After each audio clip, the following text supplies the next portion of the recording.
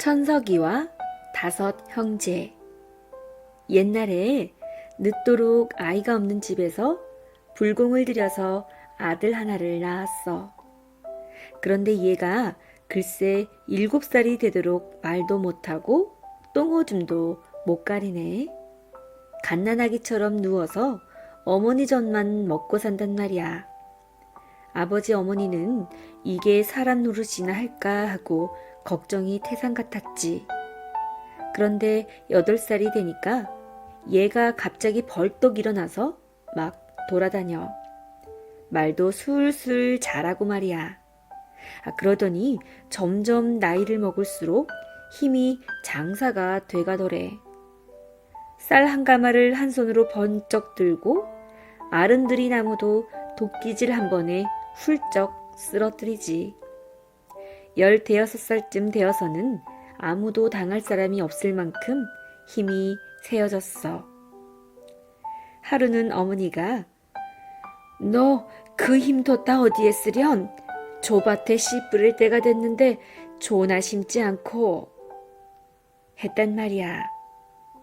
그럼 조 심게 좁쌀 한 말만 줘요. 그래서 좁쌀 한 말을 줬어. 주니까 그걸 가지고 밭에 나가서 심는데 어떻게 심느냐 하면 커다란 구덩이를 파고 거기에 좁쌀 한 말을 다 쏟아부어. 그래 놓고 손을 툴툴 털고 돌아오거든. 그리고 또 얼마 지난 뒤에 어머니가 이제 조밭 낼 때가 됐는데 김은 안 맬 테냐? 하니까 어슬렁어슬렁 밭에 나가. 가보니 한 구덩이에 쏟아부어 심은 조가 그래도 싹이 나서 여기저기 파랗게 자라거든. 그걸 다 뽑아버리고 한 포기만 달랑 남겨뒀겠다. 그리고 또 한참 뒤에 어머니가 조밭에 거름도 좀 주지 그러니 하니까 오줌 장군에다 오줌을 가득 채워서 갖다 부어. 연하문 장군씩 갖다가 퍼붓는 거지. 거름을 많이 줘서 그런지 이 조가 아주 잘 자랐어. 얼마나 자랐느냐 하면 아른드리 나무가 됐어. 거기에 조이삭이 수도 없이 주렁주렁 달려있단 말이야. 이제 거둘 때가 돼서 어머니가 남들은 조 베어서 타작하는데 너는 안 하니? 하니까 도끼 하나 얻어달래. 도끼를 빌려다 주니까 그걸 가지고 조밭에 가더니 아른드리 조나무를 도끼로 후딱 베어서 둘러매고 와. 둘러매고 와서 마당에다 쾅 하고 매다 꽂으니까 조이삭이 모두 떨어질 게 아니야? 이걸 다 쓸어 담아 보니까 천석이야. 그래서 이름을 천석이라 했단다. 이 천석이가 집을 나갔어. 좁쌀 천석을 광에다 차곡차곡 쟁여놓고는 어머니 아버지 나 돌아올 때까지 이 좁쌀로 밥 지어 잡수세요. 나 힘 좀 쓰러 갑니다. 하고 나갔어. 무작정 자꾸 가다 보니 길에서 웬 사람이 집채만한 바위를 떼굴떼굴 굴리고 가거든. 그 큰 바위를 한 손으로 굴리는 걸 보니 어지간한 장사가 아니란 말이야. 여보시오, 보아하니 힘께나 쓰는 것 같은데 나하고 팔씨름이나 해봅시다. 이기는 사람이 형 되고 지는 사람이 동생 되기로 하고 말이죠. 그러지요? 그래서 팔씨름을 했는데 천석이가 이겼어. 그래서 의형제를 맺었지. 바위 굴리는 장사는 이름이 바위손이야. 두 형제가 한참 가다 보니 들판 한가운데에서 웬 사람이 낮잠을 쿨쿨 자고 있거든. 코를 드르렁드르렁 골면서 말이야. 그런데 이 사람이 숨을 쉴 때마다 곁에 있는 나무가 움찔움찔 하더래. 콧김이 새어서 그런 거지. 그 사람을 깨워가지고 팔씨름을 했어. 그래서 또 의형제를 맺었지. 콧김센 장사는 이름이 콧김손이야. 이렇게 해서 삼형제가 길을 가다 보니 어떤 사람이 황소에다 쟁기를 지어가지고 논을 갈고 있더래. 그런데 소가 말을 잘 안 듣는지 이랴! 이놈의 소야! 이랴! 하고 소리를 벼락같이 지르는데 그 소리가 얼마나 큰지 그만 논 갈던 소가 놀라 자빠져버려. 그 사람하고 팔씨름해서 또 의형제를 맺었지. 목소리 큰 장사는 이름이 소리손이야. 넷이서 가다 보니 웬 사람이 장작을 패고 있는데 기가 막히게 잘 팬단 말이야. 얼마만큼 잘 패느냐 하면 도끼가 한 번 번쩍하면 장작이 한 짐이고 두 번 번쩍하면 두 짐이거든. 힘께나 써 보이니까 또 팔씨름을 했지. 그래서 의형제를 맺고 같이 가는 거야. 이 사람 이름은 장작손이래.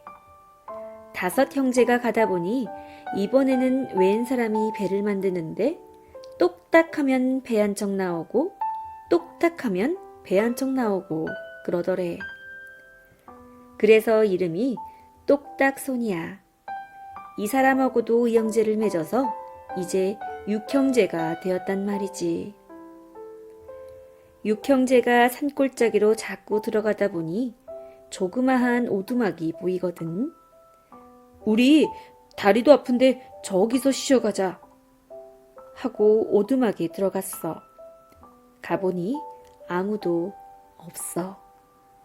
주인이 올 때까지 기다리자고 마당에서 쉬고 있는데 저녁 때가 되니까 바깥이 시끌벅적해. 내다보니 호랑이 6마리가 험상스럽게 들어오거든. 들어오더니 웬 놈들이 주인도 없는 집에 함부로 들어왔지? 배도 고픈데 마침 잘됐다. 저놈들을 잡아먹자! 하고 달려든단 말이야. 가만히 있을 수 없어서 맞서 싸웠지. 호랑이 6마리하고 사람 6이서 대판 싸움이 붙었어. 천석이는 달려드는 호랑이를 번쩍 들어 매다 꽂고 바위손이는 산에서 바위를 가져다가 호랑이한테로 떼굴떼굴 굴려보내고 콧김손이는 콧김으로 바람을 쌩쌩 일으키니 호랑이들이 정신을 못 차리지. 소리손이는 호랑이 귀에다 대고 벼락같이 소리를 지르고 장작손이는 번개같이 장작을 패던지고 이러니 호랑이들이 견딜 수 있나? 그만 슬금슬금 뒷걸음으로 물러나는구나. 호랑이들이 힘으로 못 당하겠으니까 꾀를 쓰느라고 내기를 하자고 그래. 무슨 내기냐 하면 장작 쌓기 내기를 하자고 그러거든. 어느 편이 장작을 높이 쌓고 빨리 쌓는지를 겨루자는 거지. 그거 좋다 하고 내기를 했어. 6형제가 힘을 합쳐 장작을 쌓는데 먼저 소리손이가 산에 가서 소리를 냅다 지르면 온 산이 우르르 흔들리면서 큰 나무가 픽픽 쓰러지지. 그러면 바위손이가 나무를 통째로 떼굴떼굴 굴려오지. 장작손이가 도끼로 번개같이 장작을 패면 천석이가 우직군 뚝딱 갖다 쌓는 거야. 이러니 호랑이들이 당할 수 있어? 눈 깜짝할 사이에 높이 높이 쌓아놓고 6형제가 장작더미 위에 턱 올라가 앉았어. 자, 봐라! 이래도 또 덤빌 테냐? 하니까 호랑이들이 저희들끼리 수군수군 하더니 6형제가 올라앉은 장작 밑으로 슬금슬금 기어와. 그러더니 글쎄 장작에다 불을 지른단 말이야. 불을 지르니 장작이 활활 타오르거든. 콧김손이가 불을 끄려고 콧김을 쌩쌩 부니까 이게 바람이 되어서 불이 더 잘 타네. 아이고, 이젠 꼼짝없이 죽게 되었구나 하고 모두들 걱정을 하고 있는데 똑딱서니가 주머니에서 조그만 물병을 하나 꺼내가지고 밑으로 휙 던졌어. 그러니까 병에서 물이 콸콸 쏟아지는데 끝도 없더래. 금세 불이 꺼지고 물이 장작더미 위로 차오르는 거지. 똑딱서니가 똑딱하더니 배를 한척만 들고 모두 그 배를 타고 나왔어. 호랑이는 모두 물에 빠져 죽고 말이야. 그래서 천석이가 5 형제를 데리고 집에 돌아와 어머니 모시고 잘 살았다는 이야기야.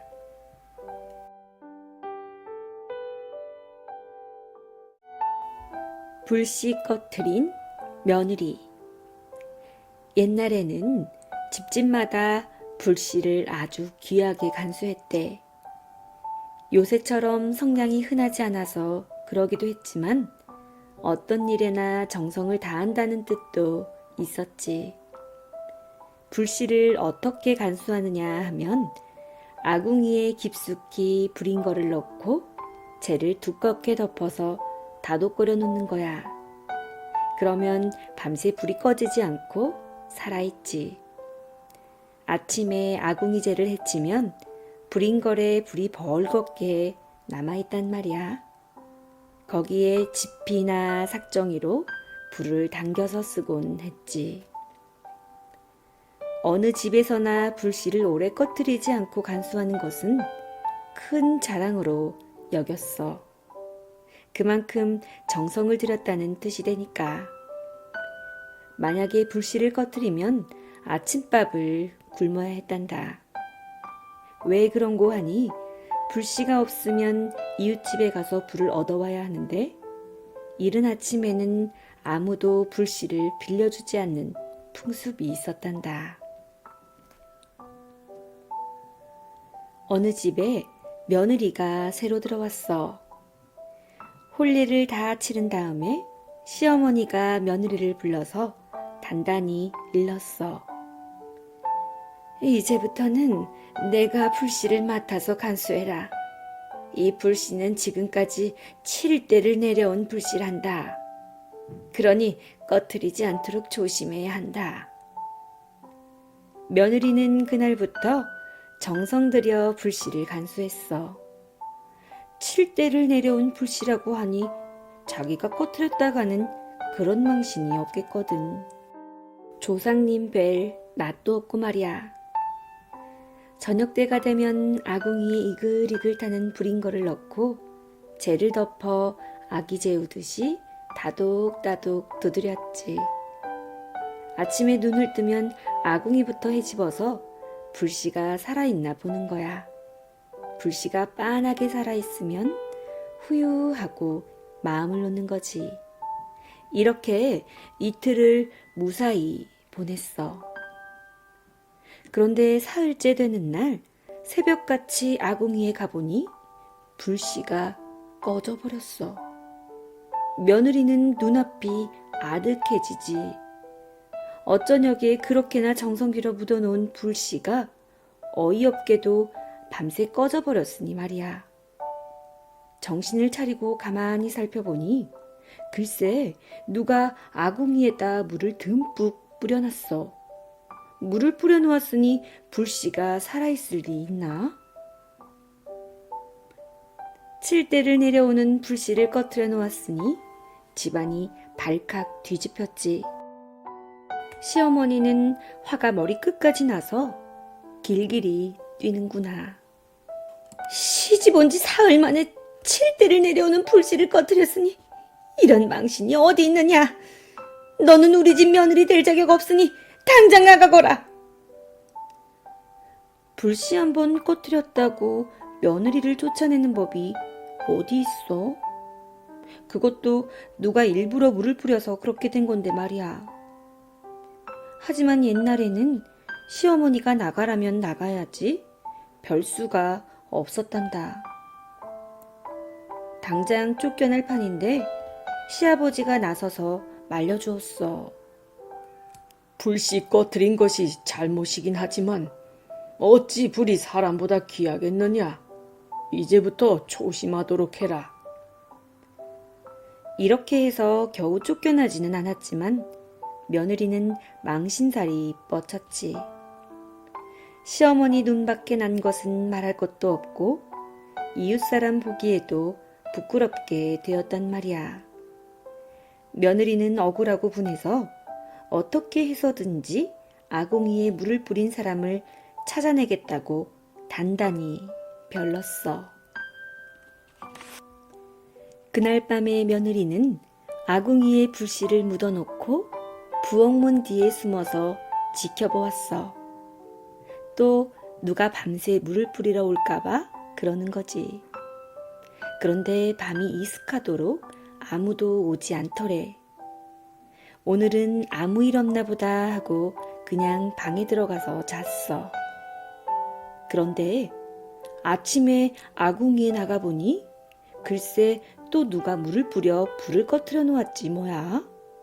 며느리는 그만 까무러칠 뻔했어. 2번씩이나 불씨를 꺼트려 놓았으니 어떻게 되겠어?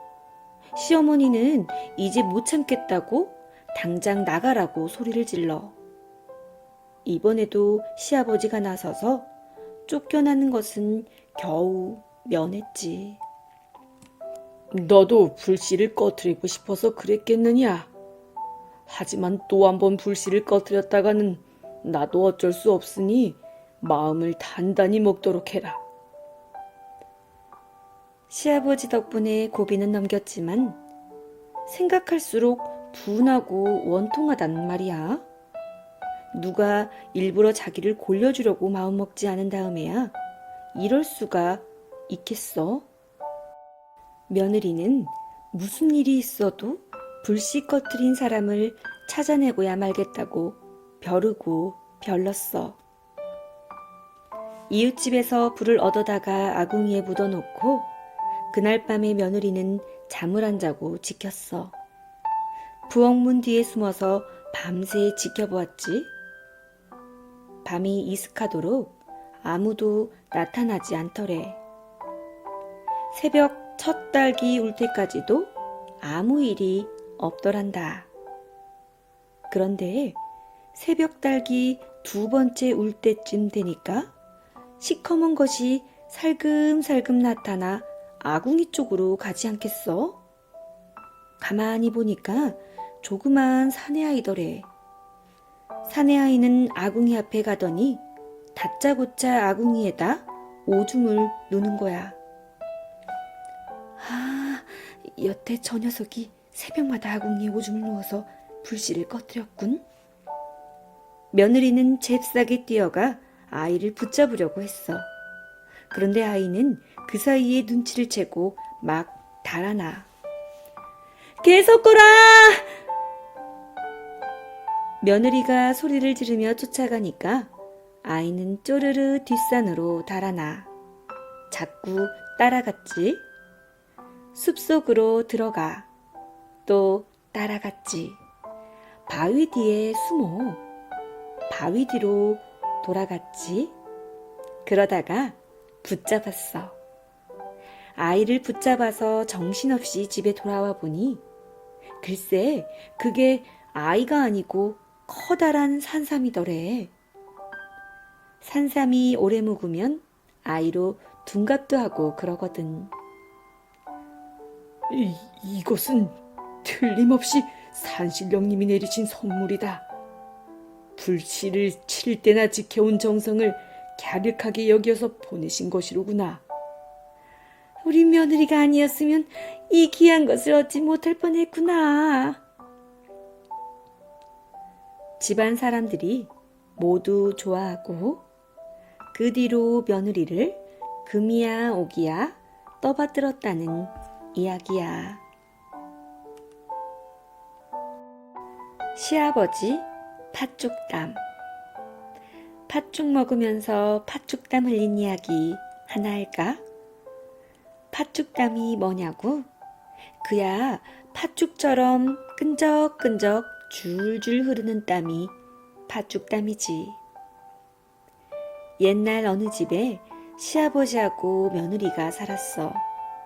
시아버지는 시아버지대로 며느리 앞에서 흉잡힐 짓을 안 하려고 애를 쓰고 며느리는 며느리대로 시아버지에게 버릇없게 보이지 않으려고 애를 쓰고 그렇게 서로 조심하면서 살았지. 하루는 며느리가 팥죽을 한솥 쑤었어. 며느리는 팥죽을 다 쑤어 놓고 물을 기르러 우물로 갔지. 그런데 그새 시아버지가 부엌에 가봤어. 가보니 팥죽이 솥에 가득 들어있거든. 금방 쑤어서 김이 무럭무럭 나는 게 참 맛있어 보인단 말이야. 마침 배도 몹시 고프던 참이라 그걸 먹고 싶어서 견딜 수가 없어. 며느리에게 점잖게 보이려면 상을 차려 올릴 때까지 기다려야 하지만 뱃속에서 꼬르륵 꼬르륵 소리가 자꾸 나는데 참을 수가 있나? 에라, 며느리가 오기 전에 몰래 한 그릇 퍼먹고 보자. 시아버지는 팥죽을 큰 사발에 하나 가득 퍼담았어. 그런데 여기서 먹다가 며느리가 돌아오면 그런 망신이 없겠거든. 그래서 팥죽 사발을 들고 뒷곁으로 갔어. 며느리가 안 보는 데서 마음 놓고 먹으려고 말이야. 그런데 그 사이에 며느리가 물을 길어가지고 돌아왔네. 며느리가 팥죽을 상에 차려서 시아버지께 드리려고 방에 들어가 보니 시아버지가 없지 뭐야. 시아버지에게 버릇없이 보이지 않으려면 시아버지가 돌아올 때까지 기다려서 상을 차려 올린 다음 팥죽을 먹어야 하지만 어디 그럴 수 있나. 김이 무럭무럭 나는 팥죽을 보니 먹고 싶어서 견딜 수가 없는 걸. 시아버지가 돌아오시기 전에 몰래 한 그릇 퍼먹어야겠다. 며느리는 팥죽을 한 사발 퍼가지고 먹으려고 했어. 그런데 가만히 생각해 보니 여기서 먹다가 시아버지가 돌아오면 얼마나 무안하겠어. 그래서 팥죽 사발을 들고 뒷곁으로 갔어. 시아버지가 안 보는 데서 마음 놓고 팥죽을 먹으려고 말이야. 뒷곁에서는 시아버지가 한창 팥죽을 맛있게 먹고 있었지. 아무도 안 보는 곳이니까 체면이고 뭐고 차릴 것이 있나? 땅바닥에 아무렇게나 쭈그리고 앉아서 팥죽 사발을 손에 들고 후루룩 냠냠 마구 먹어댔지. 그런데 이게 웬일이야? 며느리가 팥죽 사발을 들고 뒷곁으로 살금살금 들어오지 뭐야. 일껏 며느리에게 들키지 않으려고 뒷곁에까지 와서 팥죽을 먹는데 하필이면 이럴 때 며느리가 불쑥 나타날 게 뭐람? 시아버지는 그만 질겁을 하고 벌떡 일어났어. 일어나긴 했는데 손에 든 팥죽 사발을 어떻게 해? 몰래 팥죽 먹은 것을 며느리에게 들키면 큰일이니 엉겁결에 팥죽 사발을 감춘다는 게 그만 머리에 뒤집어 썼어. 팥죽 사발을 머리에 뒤집었으니 어떻게 되겠어? 팥죽이 얼굴로 줄줄 흘러내리지. 그런 꼴로 눈만 멀뚱멀뚱 하고 서 있어. 며느리는 시아버지 몰래 팥죽을 먹으려고 뒷곁으로 살금살금 들어가는데 이게 무슨 날벼락이야? 아, 거기에 시아버지가 있지 뭐야. 뒷곁은 식구들이 잘 드나들지 않는 곳이니까 마음 놓고 팥죽을 먹으려니 했는데 하필이면 거기에 시아버지가 있을 게 뭐람? 며느리는 그만 속이 뜨끔해서 어쩔 줄을 모르고 서 있었어. 손에 팥죽 사발만 들지 않았어도 덜 무안할 텐데 말이야. 며느리는 안절부절 못하다가 엉겁결에 아버님, 팥죽 잡수세요 하면서 손에 든 팥죽 사발을 불쑥 내밀었어. 그러니까 시아버지는 얘야, 나는 팥죽만 보아도 이렇게 팥죽땀이 줄줄 흐른단다 하고 말았다나. 그러니까 그게 진짜 백이 팥죽담이지. 며느리는 팥죽 그릇을 쑥 내밀고 섰고 시아버지는 팥죽 사발을 뒤집어 쓴 채 팥죽땀을 줄줄 흘리고 섰고 그랬다는 이야기지. 그런 이야기가 있어.